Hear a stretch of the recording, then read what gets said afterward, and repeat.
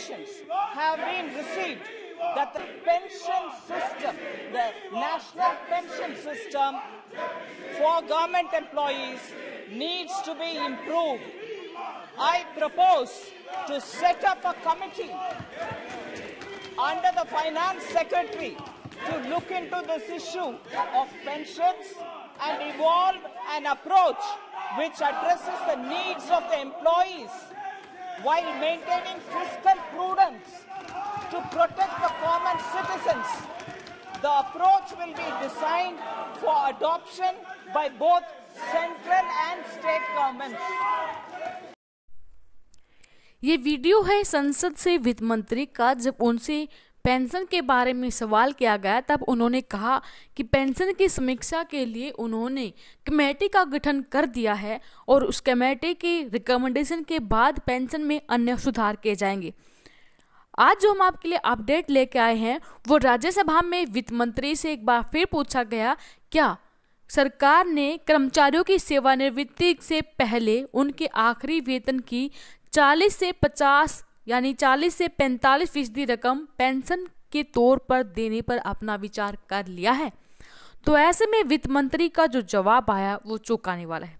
नमस्कार दोस्तों, एक बार फिर से स्वागत करते हैं आप सभी का हमारे यूट्यूब चैनल पर। दोस्तों, अक्सर आपने देखा होगा कि हमारे कर्मचारी पेंशन धारक अपनी मांगों को लेकर सदन में मुद्दे उठाते रहे हैं, लोकसभा राज्यसभा के सांसदों के दर तक जाते रहे हैं और कई मान्यों के द्वारा हमारे मुद्दों को पुरजोर तरीके से उठाया भी गया है। और उसका असर ये है कि वित्त मंत्री ने पिछली बार घोषणा की थी कि उन्होंने इसके लिए कमेटी का गठन किया है, लेकिन अब एक बार फिर से राज्यसभा में वित्त मंत्री से पूछा गया, क्या केंद्र सरकार अपने कर्मचारियों की सेवानिवृत्ति से पहले उनके आखिरी वेतन की 40 से 45% रकम पेंशन के तौर पर देने पर विचार कर रही है? तो वित्त राज्य मंत्री पंकज चौधरी ने इसका जवाब दिया।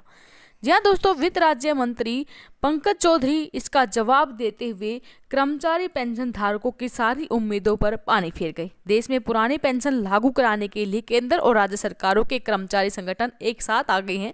केंद्र के सभी मंत्रालय, विभाग, रक्षाकर्मी, रेलवे, बैंक, डाक, primary, secondary, collegium, university teacher, दूसरे विभाग और अन्य विभाग, निगमों, स्वायत्त शासी संगठनों के कर्मचारी दिल्ली के रामलीला मैदान में 10 अगस्त को पहुंचने वाले हैं। दूसरी तरफ केंद्र सरकार इस मुद्दे पर टस से मस होने का संकेत नहीं दे रही है। संसद सत्र में 2 दिन पहले ही वित्त मंत्रालय ने केंद्रीय कर्मचारियों को न्यूनतम पेंशन देने की खबरों को किनारा कर लिया है।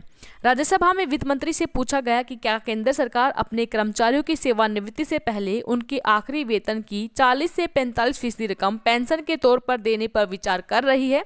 तो वित्त राज्य मंत्री पंकज चौधरी ने कहा, सरकार के सामने ऐसा कोई प्रस्ताव विचाराधीन नहीं है। केंद्र सरकार मौजूदा पेंशन स्कीम की समीक्षा नहीं कर रही है।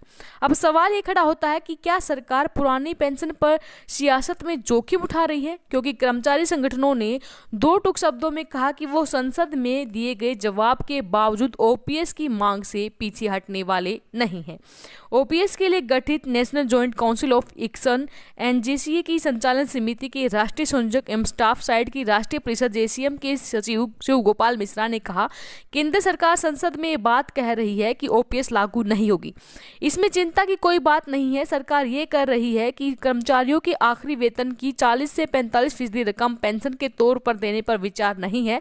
अगर कल को सरकार एनपीएस में कोई सुधार भी करती है जिसके लिए वित्त मंत्रालय ने कमेटी का गठन कर रखा है, तो वो कर्मियों को मंजूर नहीं होगा। कर्मियों का केवल एक ही मकसद है, बिना गारंटी वाली एनपीएस योजना को समाप्त करना।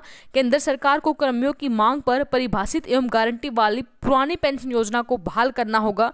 10 अगस्त को केंद्र एवं विभिन्न राज्यों के करीब 2 लाख कर्मचारी दिल्ली के रामलीला मैदान में पहुंचेंगे। देश में केंद्र, राज्य, विभिन्न निगमों और दूसरे सहायताएं प्राप्त गारंटी वाले ओपीएस योजना को बहाल किया जाएगा। तो अब कर्मचारियों ने ठान ली है कि वो ओपीएस की मांग से पीछे नहीं हटने वाले हैं और ओपीएस के सिवाय उनको एनपीएस में कोई सुधार मंजूर नहीं है। जैसे सरकार को मंजूर नहीं है ओपीएस दोबारा बहाल करना, वैसे कर्मचारियों पेंशन धारकों को एनपीएस मंजूर नहीं है।